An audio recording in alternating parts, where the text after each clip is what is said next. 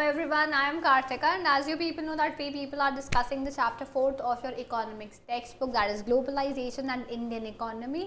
इस चैप्टर के हम बहुत सारे जो पार्ट्स हैं वो डिस्कस कर चुके हैं. As you people know, last we people were discussing the impacts of globalization on Indian economy.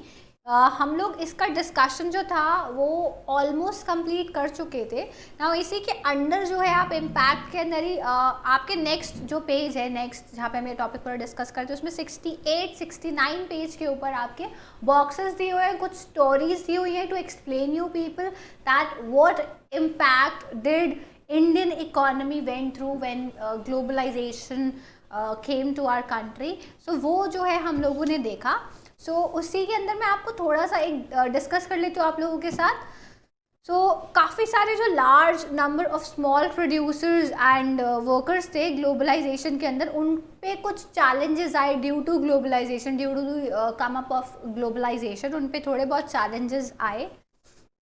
जैसे कि अगर हम लोग बात करें तो batteries, capacitors, plastic, toys, tyre, diary products, vegetable oil, ये कुछ एग्जाम्पल हैं इंडस्ट्रीज़ के जहाँ पे स्मॉल मैन्युफैक्चरर्स को बहुत दिक्कत आई ड्यू टू द कंपटीशन.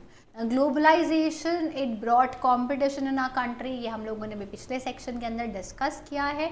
तो वही हम लोग देखते हैं इस कंपटीशन की वजह से जो है बहुत ज़्यादा सफ़र करना पड़ रहा था स्मॉल स्केल प्रोड्यूसर्स को.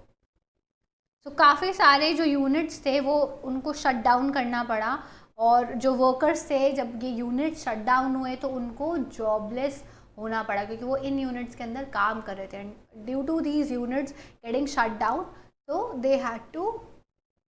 दे वर जॉबलेस. कुछ जो स्मॉल इंडस्ट्रीज थी इंडिया के अंदर वो एम्प्लॉय करती थी काफ़ी सारे वर्कर्स को. Almost like 20 millions of workers they were employed in this small scale units, but after agriculture obviously, but once these units had to shut down because of the competition, then we people see that unemployment जो है वो बढ़ गया. कैसे कुछ challenges जो है वो face करने पड़े small producers को. Moving on forward, एक और चीज़ जो थी that is competition and uncertain employment. That was also a problem. ना ग्लोबलाइजेशन जो है और जो प्रेशर है कंपटीशन के, वो चेंज हुए, लोगों की जो ज़िंदगी है उनको चेंज कर दिया इन्होंने. एंड जैसे जैसे कंपटीशन ग्रो होता गया वैसे वैसे काफ़ी सारे जो एम्प्लॉयर्स थे वो प्रेफर करने लग गए वर्कर्स को एम्प्लॉय करने के लिए फ्लेक्सिबली. लाइक जब काम की ज़रूरत है एम्प्लॉय कर लिया, जब काम का ज़रूरत नहीं है तब नहीं किया. इसका मतलब जो वर्कर्स थे उनका जॉब अब सिक्योर नहीं रहा. So there was lack of job security. Job security जो था वो डिमिनिश हो गया, ख़त्म हो गया, क्योंकि जब ज़रूरत होगा तब आपको एम्प्लॉय किया जाएगा और जब ज़रूरत नहीं होगा आपको एम्प्लॉय नहीं किया जाएगा. This is how the job nature became, and उनका जो जॉब सिक्योरिटी था जो वर्कर्स का वो ख़त्म हो गया. तो काफ़ी सारी जो लार्ज MNCs हैं जैसे गारमेंट इंडस्ट्री के अंदर यूरोप और अमेरिका के अंदर, उन्होंने ऑर्डर किया अपने प्रोडक्ट्स को इंडियन एक्सपोर्टर्स के थ्रू. अब ये जो लार्ज MNCs हैं इनके वर्ल्ड वाइड नेटवर्क हैं और ये चीप गुड्स ढूंढते हैं कि इनको कहीं चीप गुड्स मिल जाएं ताकि अपने प्रॉफिट को मैक्सिमाइज़ कर पाए, उनको ज़्यादा से ज़्यादा प्रॉफिट हो. जब उनको जो वो आगे सामान बेचने वाले हैं वो डबल प्राइस पे बेचेंगे जितना कि उन लोगों ने उसको बनवाया है उस कॉस्ट से, तो ऑब्वियसली उनको प्रॉफिट होगा. यही जो है सोच रखती है MNC. ये जो देवर ऑब्वियसली अब ऐसा होगा, आपको चीप प्रोडक्ट कहीं से मिलेगा पर आप उसको महंगे में बेचेंगे तो क्या होगा यहाँ पे कि ये जो MNCs थी ये लार्ज ऑर्डर्स देते थे. जो इंडियन गारमेंट एक्सपोर्टर्स हैं वो बहुत ज़्यादा कोशिश करते थे कि वो अपनी ही कॉस्ट कटिंग करें, एंड जो कॉस्ट थी रॉ मटेरियल्स की वो तो रिड्यूस नहीं हो सकती थी. तो जो एक्सपोर्टर्स थे उनको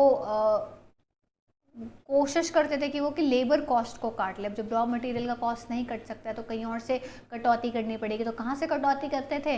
वो लेबर की कॉस्ट में से कटौती करने की कोशिश करते थे. तो जहाँ पे एक फैक्ट्री पहले एम्प्लॉय करती थी वर्कर्स एक परमानेंट बेसिस के ऊपर, अब वो वर्कर्स को एम्प्लॉय करने लग गई टेम्पररी बेसिस के ऊपर. क्यों? क्योंकि उन्हें कॉस्ट कटिंग करना था, उनको कॉस्ट जो है वो कम करना था उसका. तो देयरफॉर वी पीपल सी कि जो वर्कर्स हैं उनको वर्किंग आवर्स जो है वो उनके बढ़ गए और उनको नाइट शिफ्ट भी करना पड़ता था। उनका जो काम था वो रेगुलर बेसिस पे पीक सीज़न में होता था, तो बाकी दूसरे सीज़न में नहीं होता। जो वेजेस थे वो काफ़ी लो थे और जो वर्कर्स थे उनको वर्क करना पड़ता था ओवर टाइम, ताकि अब क्योंकि उनको वेजेस तो कम मिल रहे हैं लेकिन उनको काम क्या है, ओवर टाइम करना पड़ेगा, क्योंकि वेजेस कम है तो अपनी ज़रूरतों को पूरा करने के लिए उनको ओवर टाइम काम करना पड़ता था। तो ये जो कंपटीशन है ये गारमेंट एक्सपोर्टर्स का, इन्होंने एमएनसी को अलाउ किया कि वो काफ़ी ज़्यादा प्रॉफिट कर सकती है और जो वर्कर्स हैं उनको एक फेयर शेयर जो है वो डिनाई किया गया। जो बेनिफिट है ग्लोबलाइजेशन से आया या नहीं आया ये तो आप खुद ही देख सकते हैं। तो ये दो स्टोरीज़ आपको यहाँ पर दे रखी हैं, वो इसी चीज़ के ऊपर डिस्कशन कर रही है। लास्टली जो कंडीशन थी काम की और जो हार्डशिप्स है वर्कर के, वो अब हम लोगों ने इसके अंदर डिस्कस करा है।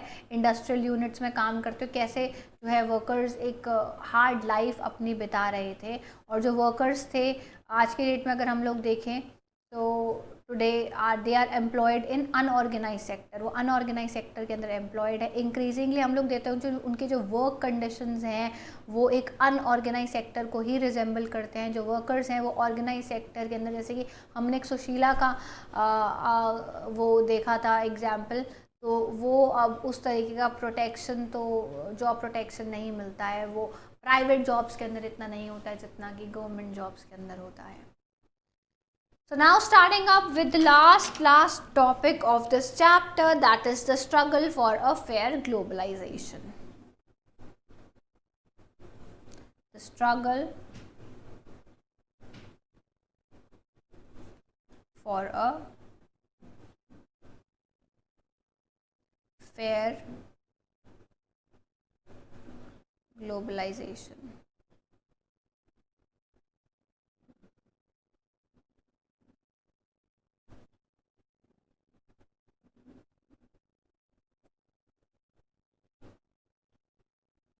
This is the last topic of the chapter that we people are going to discuss. So talking about fair globalization और क्या struggle था, हमने देखा कि globalization जो है it brought in a lot of competition in our country. It brought जहाँ पे आपको जॉब मिल रहा था वहीं कुछ सेक्टर्स के अंदर अनएम्प्लॉयमेंट भी हमें देखने के लिए मिला है। सो ये जो है हमने चीज़ें यहाँ पर देखी हैं। तो जो अभी हमने ऊपर देखा वो इंडिकेट करता है कि सभी को तो बेनिफिट नहीं हुआ ग्लोबलाइजेशन से। जिन लोगों के पास एजुकेशन है, स्किल है, वेल्थ है, उन्होंने तो नई अपॉर्चुनिटीज़ का इस्तेमाल कर लिया, they used the new opportunities. और वहीं दूसरी तरफ हम देखें काफ़ी सारे लोग जो है उनको बेनिफिट नहीं मिला ग्लोबलाइजेशन का। जो ग्लोबलाइजेशन है, अब हम बात करते हैं तो एक क्वेश्चन आता है कि किस तरीके से ग्लोबलाइजेशन को फेयर बनाया जा सकता है, ज़्यादा फेयर बनाया जा सकता है। तो फेयर ग्लोबलाइजेशन जो है वो क्रिएट करेगा अपॉर्चुनिटीज़ सबके लिए। क्या है फेयर ग्लोबलाइजेशन? जहाँ पे सबके लिए अपॉर्चुनिटीज़ हो और वो इंश्योर करे कि जो बेनिफिट्स हैं ग्लोबलाइजेशन के वो शेयर किए जा रहे हैं, प्रॉपरली शेयर किए जा रहे हैं। तो जो गवर्नमेंट है वो एक बहुत ही मेजर रोल प्ले करती है यहाँ पर। Sorry, I was using the black pen, I will just be changing my pen, I am really sorry.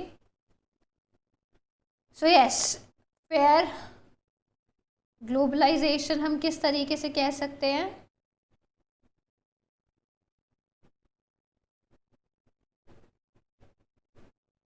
Fair globalisation, fair globalisation is something जहाँ पे अपॉर्चुनिटीज़ सबके लिए इक्वली क्रिएट होती हैं। तो it would create opportunities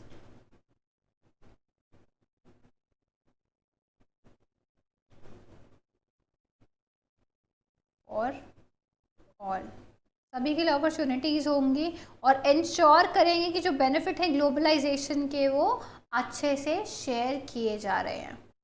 and ensure that the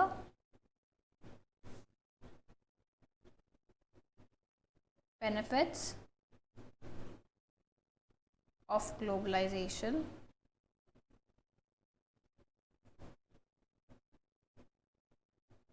are shared better. This is a fair globalisation. ये हम लोगों ने माना कि ठीक है, इस तरीके की जो ग्लोबलाइजेशन है वो फेयर ग्लोबलाइजेशन है. सो अब इस तरीके की फेयर ग्लोबलाइजेशन को कौन लेकर के आ सकता है? सबसे इम्पॉर्टेंट रोल कौन प्ले करेगा? वो है government. Government will be playing a very important role, a very major role here. कैसे? गवर्नमेंट है जो इस तरीके का फेयर शेयर जो है वो पॉसिबल कर सकता है ऑन अ लार्जर लेवल, क्योंकि obviously government will be the one who create policies जो कि रूल्स एंड रेगुलेशन सेट करते हैं हमारी कंट्री के लिए. तो ऑब्वियसली वो जब इसके रिगार्डिंग कोई रूल्स एंड रेगुलेशंस लगाएंगे तो फ़ायदा होगा.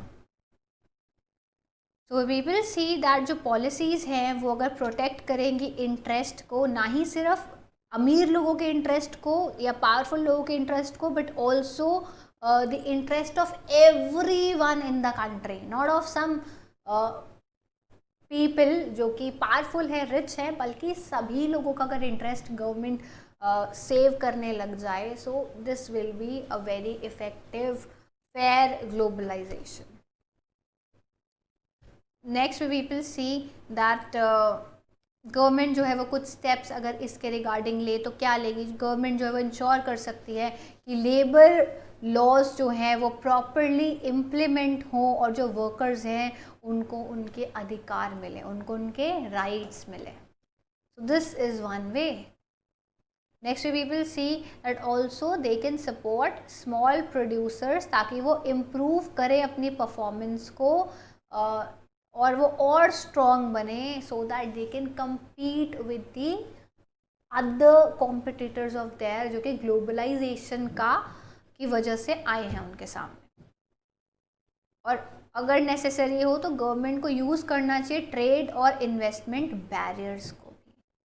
तो जो बैरियर्स गवर्नमेंट ने हटाए थे, अगर ज़रूरत पड़े प्रोटेक्शन आप लोगों को देनी है अपने यहाँ के लोगों को, ताकि उनको कंपटीशन जो बाहर से मिल रहा है या फिर कुछ जो प्रॉब्लम्स क्रिएट हो रही हैं उसको एलिमिनेट करना है, तो आप ट्रेड बैरियर्स भी लगाइए इसको ख़त्म करने के लिए.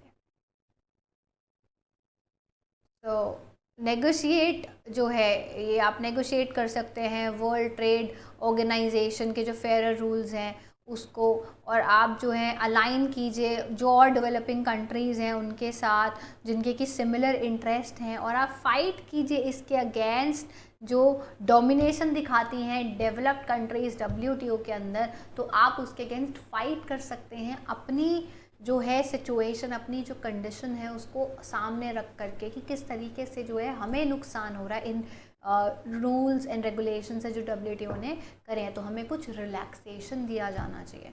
आपको और जो डेवलपिंग कंट्रीज़ हैं आप ही की तरह उनसे बात करके जो आप लोग सेम प्रॉब्लम शेयर करते हो तो आप लोग को इकट्ठे उसके लिए आवाज़ उठानी चाहिए. सो पास्ट फ्यू ईयर्स के अंदर हम लोग देखते हैं काफ़ी सारे कैंपेन्स हुए हैं, रिप्रेजेंटेशन जो है लोगों की उनकी ऑर्गेनाइजेशन बनी है, रिप्रेजेंटेटिव ऑर्गेनाइजेशंस लोगों की बनी है जिन्होंने कोशिश करी है इन ऑर्गेनाइजेशन ने कि वो इन्फ्लुएंस कर पाए इम्पॉर्टेंट डिसीजंस को जो कि ट्रेड और इन्वेस्टमेंट से रिलेटेड हैं WTO के.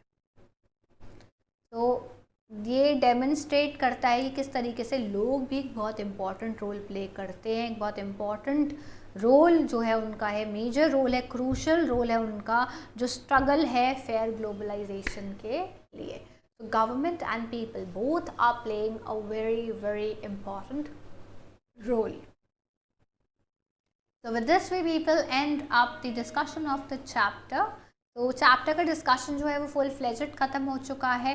Now I will be moving on to the next section of the chapter which is the question answer का पार्ट है. But before I move on to the question answer part I would like you people to have a look at this picture in this book of yours. I am really sorry. ये एक demonstration है WTO के against Hong Kong के अंदर 2005 के अंदर हो रहा है. Now I will be moving on to the next. आगे चलते हैं, हम लोग डिस्कस करते हैं क्वेश्चन आंसर्स को. So I will be now turning the page. This is question answer part. I hope आप लोगों को नज़र आ रहा होगा. पहला क्वेश्चन देख लेते हैं एक्सरसाइजेस का.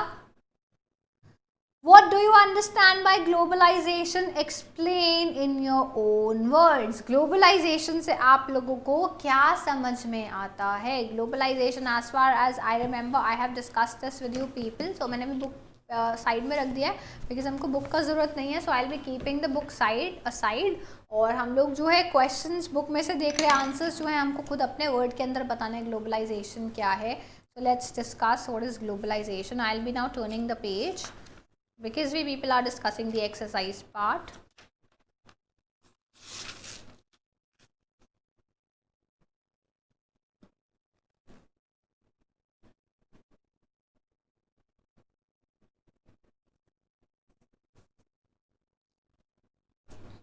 इसमें हमने आंसर 1 डिस्कस करना है. ग्लोबलाइजेशन क्या है? वो एक प्रोसेस है जिसके अंदर this a process in the world जहाँ पे लोग लिंक होते हैं एक दूसरे से via different things. But as far as I remember I have discuss this with you people. जब हम लोग बुक का रीडिंग हम लोग कर रहे थे, जब हम लोग डिस्कस कर रहे थे, तब हम लोगों ने ग्लोबलाइजेशन को डिस्कस किया था. अच्छे से हम लोगों ने डिस्कस किया था. So what is globalization? Globalization for me, if I'm gonna write it, then globalization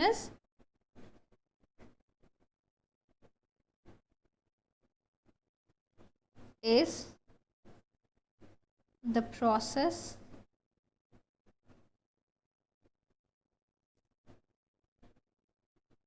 of rapid integration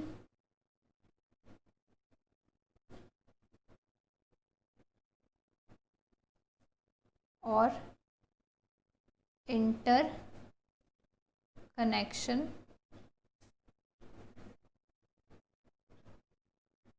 of countries. अब इसी में आप सबको जोड़ सकते हैं, चाहे लोगों को जोड़िए, चाहे बिजनेस को जोड़िए, चाहे इकोनॉमीज़ को जोड़िए, चाहे पॉलिटिक्स को जोड़िए. जिसको भी आप लोग जोड़ना चाहते हैं आप उसको जोड़ सकते हैं. So this is about globalization. So we people have discussed this question. Next I will be discussing with you people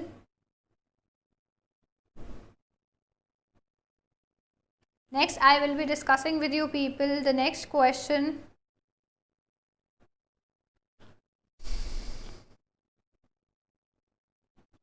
आइए देखते हैं अगला क्वेश्चन क्या है. अगला क्वेश्चन है what was the reason for putting barriers to foreign trade and foreign investment by the Indian government? क्या reasons है जिसकी वजह से इंडियन गवर्नमेंट ने फॉरेन ट्रेड और फॉरेन इन्वेस्टमेंट के ऊपर बैरियर्स लगाए? Why did it wish to remove these barriers? और इनको फिर हटाने का क्या ज़रूरत पड़ गया? क्यों जो है फिर इनको हटाया गया? आइए इसको डिस्कस कर लेते हैं हम लोग.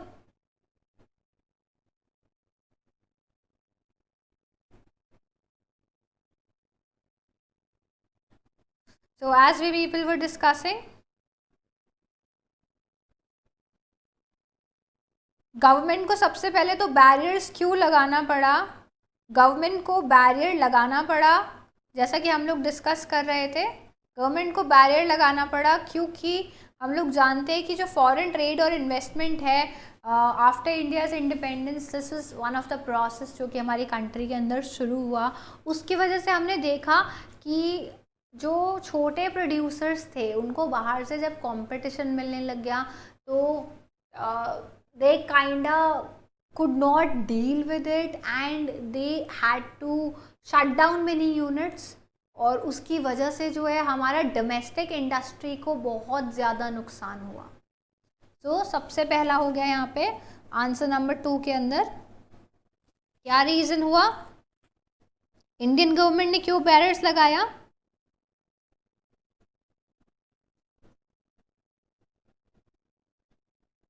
had to put barriers because पहला हो जाएगा to protect the interest of producers, to protect the interests of producers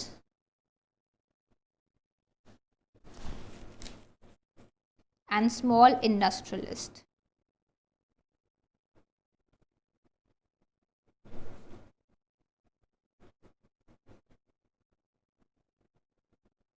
किससे बचा रहे थे हम लोग? किससे बचा रही थी हमारी सरकार? इन्हें कंपटीशन जो है बाहर से मिल रहा था वहां से। नेक्स्ट, क्योंकि उनको लगता था, गवर्नमेंट को लगता था कि अगर जो प्रोड्यूसर्स हैं वो इस कंपटीशन के अंदर सरवाइव नहीं कर पाएंगे वेल्दी फॉरेन कंपनीज के अकॉर्डिंग जो है हमारा यहाँ का वो सरवाइव नहीं कर पाएंगे। So due to the fear of not surviving the competition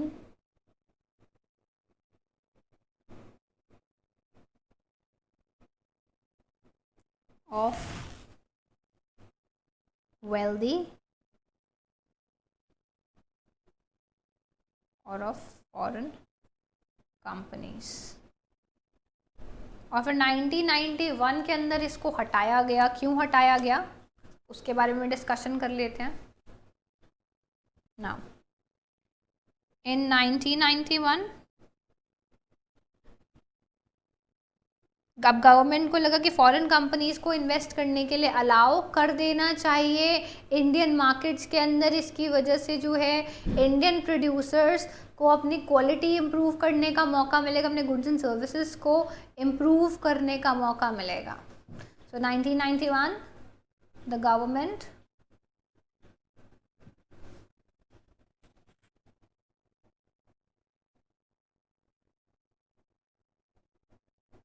eliminated the barriers in order to give Indian producers the chance to improve the quality of their goods and services. तो इसलिए जो है वो सरकार ने हटा दिया। सो आप लोग जो है वीडियो को पॉज करके नोट्स ले सकते हैं। I will be now turning the page.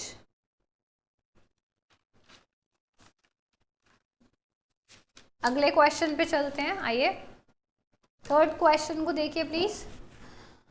How would hear third question, just zoom in a little bit. How would flexibility in labour laws help companies? जो फ्लेक्सिबिलिटी है लेबर लॉज के अंदर वो किस तरीके से कंपनीज को हेल्प करता है? आइए इसको डिस्कस कर लेते हैं। Now how is the flexibility in labour laws help company? कैसे हेल्प कर रही है? क्योंकि जैसे जैसे कंपटीशन मार्केट के अंदर बढ़ रहा है वैसे ही काफ़ी सारी कंपनीज जो हैं वो फ्लेक्सिबल लेबर लॉज को प्रेफर करते हैं। तो आंसर नंबर 3 का पहला हो जाएगा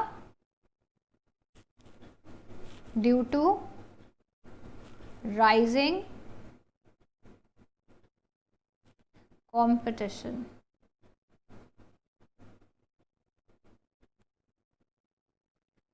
उसकी वजह से फ्लेक्सिबिलिटी ऑफ लेबर लॉज को, I am really sorry please hear. तो कंपटीशन बढ़ रहा है, इस वजह से उनको flexible labour laws companies prefer कर रही हैं। तो इसका मतलब ये भी है कि जो जॉब्स हैं वर्कर्स का, अब वो सिक्योर्ड नहीं है। Workers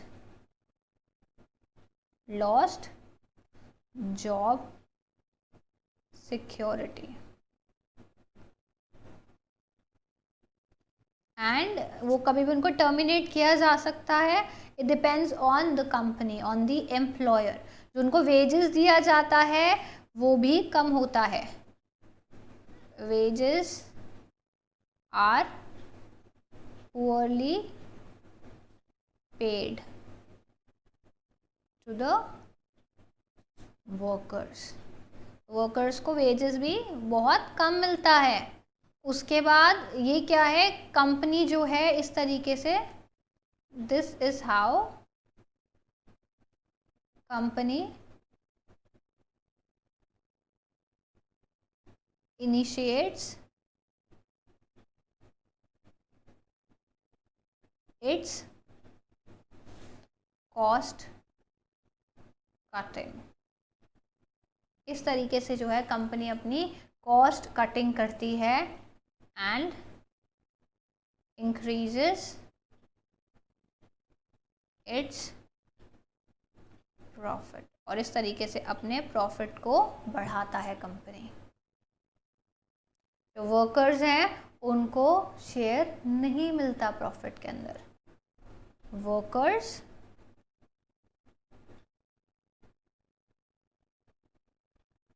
are denied their share in the profit। तो वर्कर्स का जो शेयर है प्रॉफिट के अंदर उसको डिनाई कर दिया जाता है।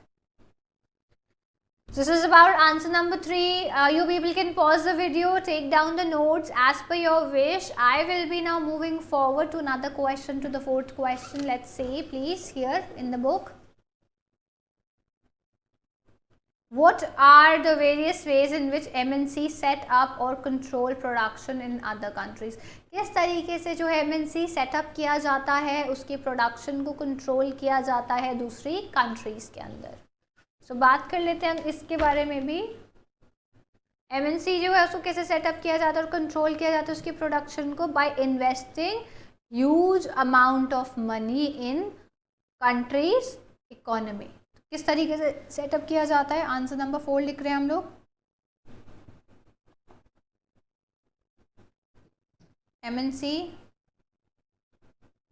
MNCs are set up and controlled by, पहला हो गया by investing huge amount of money,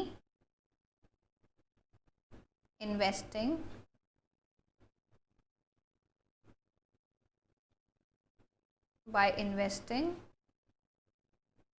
huge amount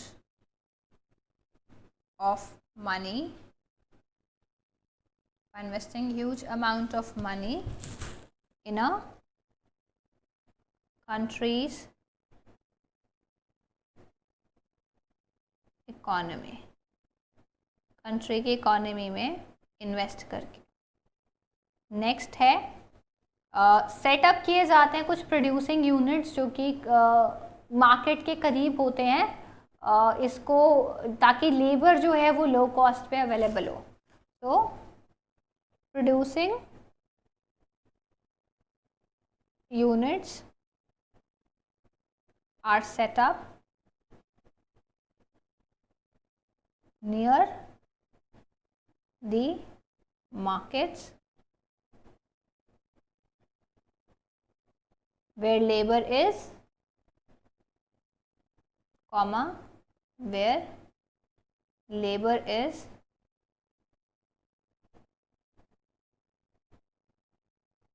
where labor is available at low cost।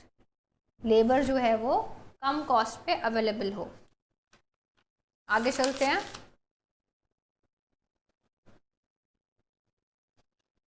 उसके बाद हम लोग देखते हैं कि ये एक जॉइंट भी वेंचर हो सकता है। It can be jointly set up with local companies। तो जॉइंट वेंचर भी हो सकता है और लोकल कंपनीज के साथ भी हो सकता है। इसकी प्रोडक्शन को किस तरीके से कंट्रोल किया जाता है? By placing the orders for production with the small and local producers. Orders are placed with the small and local producers। और उसके बाद जो है अपना ब्रांड का नाम लगा करके इसको बेच दिया जाता है। So this is about the how MNCs they work. You people can pause the video, take down the notes. I'll be moving on to the next question, to the fifth question. Why do developed countries want developing countries to liberate their trade and investment? क्यों जो developed countries है वो चाहती हैं कि जो developing countries हैं वो liberalize कर दे अपने trade और अपने investment को? और what do you think should be developing countries demand in return? और developing countries को क्या demand करना चाहिए in return? अब developed कंट्रीज़ जो हैं वो क्यों चाहते हैं कि जो डेवलपिंग कंट्रीज़ हैं वो लिबरलाइज कर दें अपनी इकोनॉमी को? वाई, पहले हम उसको डिस्कस करेंगे। आई एम दो पार्ट्स के अंदर मैं आंसर कर रही हूँ यहाँ पे। तो पहले पार्ट है डेवलप्ड कंट्रीज़ जो हैं वो क्यों चाहती हैं डेवलपिंग कंट्रीज़ अपनी इकोनॉमी को लिबरलाइज करें, ताकि उनकी कंपनीज जो हैं वो इस्टेब्लिश कर सके अपने बिजनेस यूनिट्स को डेवलपिंग कंट्रीज़ के अंदर। तो क्या हो गया? टू establish their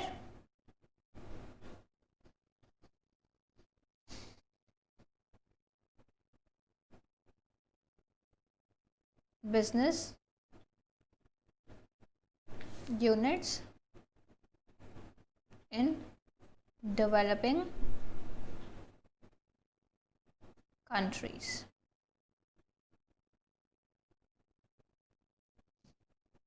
और जो कॉस्ट है प्रोडक्शन का, लैंड, लेबर, ये सब भी लो होती हैं डेवलपिंग नेशन में।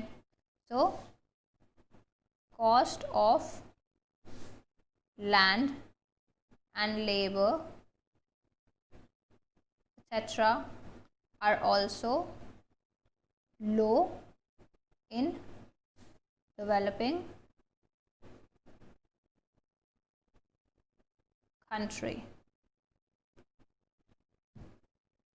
जो MNCs हैं वो चाहते हैं कि जो डेवलप नेशन हैं उनके जो है वो इस्टेब्लिश कर पाएँ अपने आप को डेवलपिंग कंट्रीज़ के अंदर और वो प्रॉफिट अर्न कर पाएँ। So to earn profit they want to liberalise their developing countries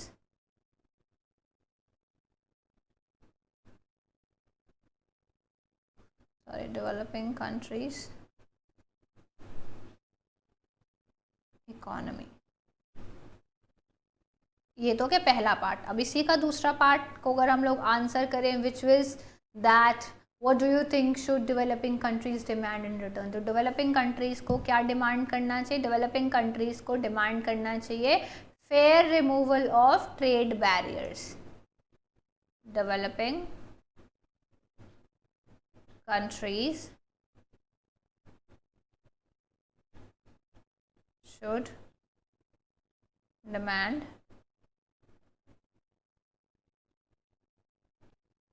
fair removal of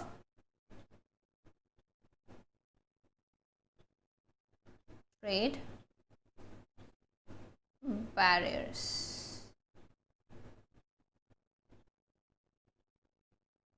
ताकि वो भी अपनी जो इंडस्ट्रीज है उनको सेफ गार्ड कर पाए। आगे चलते हैं to the 6th question.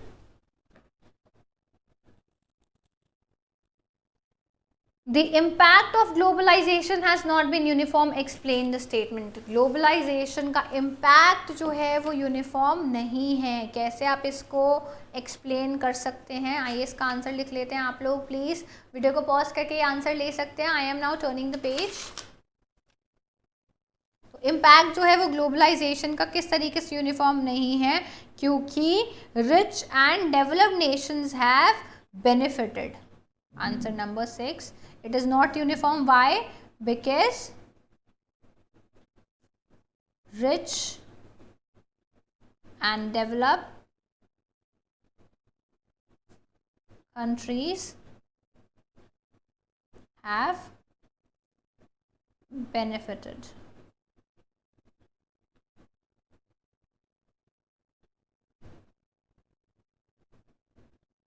Next, we people see that जो पुअर डेवलपिंग नेशंस हैं उनको फेयर शेयर नहीं मिला है ग्लोबलाइजेशन का। So developing and poor Nations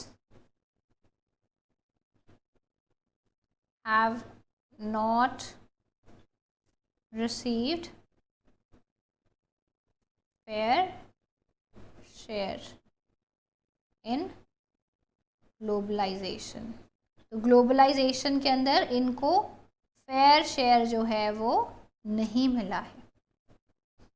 बड़ी कंपनीज जो हैं उनको प्रॉफिट हुआ है ग्लोबलाइजेशन से, वराज जो छोटे मैन्युफैक्चरर्स हैं उनको वो कंपटीशन नहीं सह पाए इसका।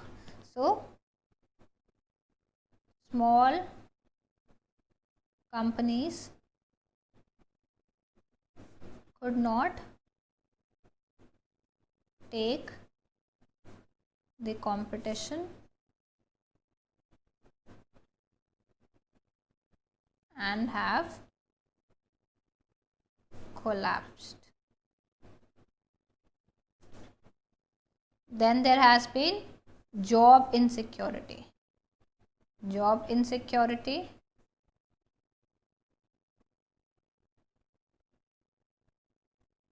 and meager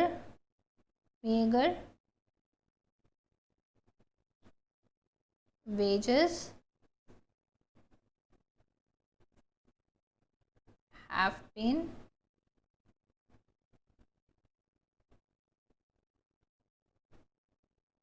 given. So this is how we people see that जो ग्लोबलाइजेशन है उसका इफेक्ट यूनिफॉर्म नहीं है। आगे चलते हैं अगले क्वेश्चन पे, to the 7th question. How has liberalisation of trade and investment policies help the globalisation process. अब जो लिबरलाइजेशन है ट्रेड और इन्वेस्टमेंट पॉलिसीज़ का, उसने किस तरीके से हेल्प किया है ग्लोबलाइजेशन को? तो लिबरलाइजेशन ने ट्रेड बैरियर्स को हटाया है। सबसे पहली बात, आप लोग वीडियो को पॉज कर सकते हैं ऊपर के आंसर के लिए। आंसर नंबर 7 है it has helped how? Removed, पहला क्या हो जाएगा? It removed trade barriers. जो ट्रेड बैरियर्स हटाए गए हैं, उसके बाद जो रिस्ट्रिक्शन है वो हटा दी गया है।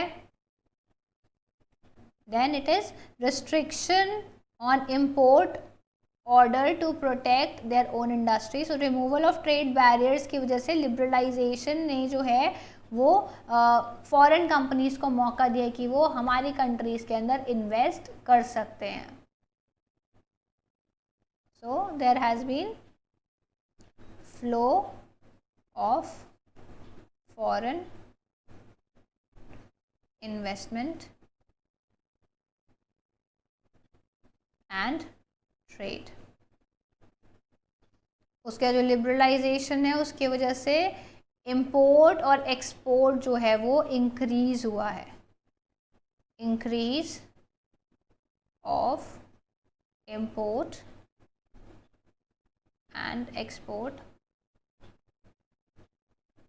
Across borders. तो दिस इज हाउ लिबरलाइजेशन जो है उसने रिजल्ट किया है इन the increase of the process of globalization. आगे चलते हैं towards the 8th question. I am just now discussing the 8th question with you people. How does the foreign trade led to the integration of market across countries? Explain with the example other than those given here.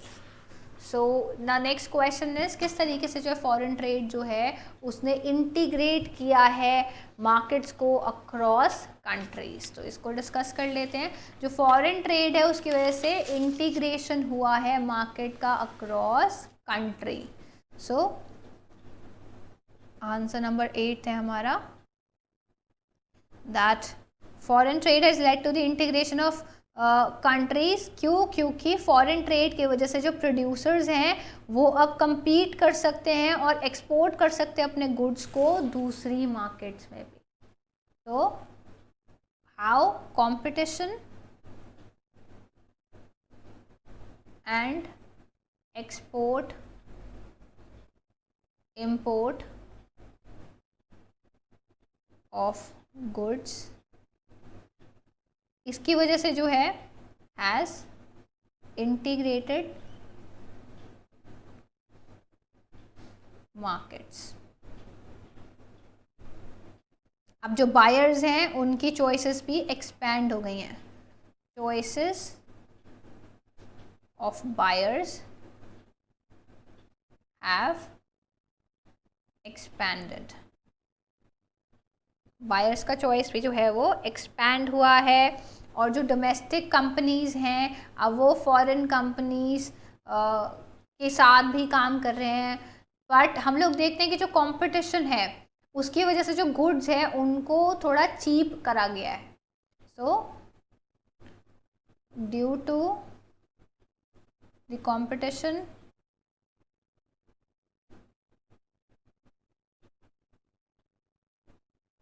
goods have become cheap. Example देखें तो आज की date में Indian markets के अंदर चाहे आप कपड़े की बात कर लीजिए, पहले हम लोगों ने चैप्टर में देखा था अबाउट द टॉयज. तो राइट नाउ आप लोग देख सकते हैं इतने कपड़े, अलग अलग तरीके के कपड़े, अलग अलग ब्रांड्स हमारे यहाँ पे अवेलेबल है. मैंने आप लोगों को ब्यूटी प्रोडक्ट्स कि उसका भी एक एग्जाम्पल दिया था, कॉस्मेटिक्स का. So these are the example how you know goods from different countries have reached our market and we people are purchasing them. So for me that is the example. Okay, cosmetics का आप ले लीजिए example या आप कपड़ों का ले लीजिए. आगे चलते हैं towards the 9th question. Globalization will continue in future. Can you imagine what the world would be like 20 years from now? Give reasons to support your answer. Okay, so globalization अगर continue होती है future के अंदर भी 20 साल बाद अगर हम लोग देखते हैं तो हम लोगों को दिखेगा कि किस तरीके से जो है ग्लोबलाइजेशन बहुत ज़्यादा स्ट्रेंथन हो जाएगा. ट्रेड बैरियर्स जो हैं वो और ज़्यादा घटा दिए जाएंगे और जो मार्केट्स हैं वो और भी ज़्यादा इंटीग्रेटेड हो जाएगी. जो प्रोसेस है इंफॉर्मेशन फ्लो का वो और भी ज़्यादा हो जाएगा और जो काम है वो अक्रॉस बॉर्डर चल रहे होंगे. यूनिट्स ज़्यादा से ज़्यादा MNCs होंगे, ज़्यादा से ज़्यादा जो है एम्प्लॉयमेंट भी हो सकता है. People will be changing their life styles, people will be upgrading their life style. So this is what I think will be happening from 20 years from now, you know. So this was my answer for answer number 9. So let's move on to the next question, to the 10th question. These were two question है जो 9th और 10th question है थोड़ा अपना दिमाग लगा करके सोचने वाले questions है. So I'm not giving you the points. I have discussed them with you.